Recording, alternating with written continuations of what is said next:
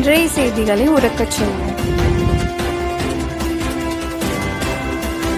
வணக்கம். செய்திகளை உறக்கச் சொல்வோம்.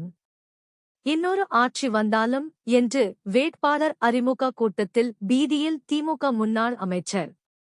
ராமநாதபுரம் மாவட்டம் பரமக்குடி தொகுதியில் கே. கதிரவன் திமுக வேட்பாளராக நிறுத்தப்பட்டுள்ளார். இவரின் அறிமுக கூட்டம் பரமக்குடி தனியார் திருமண மண்டபத்தில் மாவட்ட செயலாளர் காதர் பாட்ஷா முத்துராமலிங்கம் தலைமையில் நடைபெற்றது. சிறப்புரை ஆற்றிய வனத்துறை முன்னாள் அமைச்சர் ராஜகண்ணப்பன் பேசும்போதே இன்னொரு ஆட்சி வந்தாலும் என்று கூறிவிட்டு எங்கள் காலத்திற்கு பின்னால் என்று சமாளித்தார். முன்னாள் அமைச்சர் ராஜகண்ணப்பன் சென்ற முறை முதுகுளத்தூர் தொகுதியில் நின்று வெற்றி பெற்று அமைச்சரானார். 2026 இவரை திமுக மீண்டும் வேட்பாளராக அறிவித்துள்ளது. இவருக்கு எதிராக அண்ணா திமுக சார்பில் மலேசியா பாண்டியன் வேட்பாளராக அறிவிக்கப்பட்டுள்ளார். இவருக்கு மீண்டும் ஆட்சிக்கு வருவோமா என்ற சந்தேகத்தின் கீழ் இவ்வாறு கூறிவிட்டார் என பொதுமக்கள் பேசிக் கொள்கின்றனர். வணக்கம்.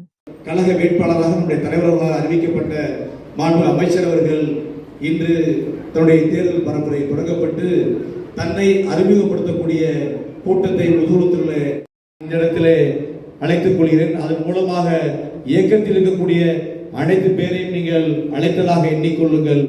நம்முடைய வேட்பாளர்கள் என்ன பண்ணுவாங்கங்கிறத எதிர்காலத்தில் நீங்கள் சொன்னால் போதும் என்று மாத்திரம் சொல்லி தண்ணி கொடுத்தாச்சு. நீ அடுத்து கொடுக்க வேண்டியது எல்லாருக்கும் விளையணும். எல்லா கண்மாய்க்கும் தண்ணி பாயணும். ஒரு போக விளையிறதுக்குரிய ஏற்பாடு நாங்கள் பண்ணுவோம், நிச்சயமாக பண்ணுவோம். எந்த ஆட்சி வந்தாலும் நம்முடைய திராவிட மாடல் ஆட்சின்னு ஒரு ஆட்சி வருதுன்னு வச்சுக்க, பின்னாடி எங்கள் காலத்துக்கு தான் வரணும். நாங்கள் இருக்க வரைக்கும் விட மாட்டோம்.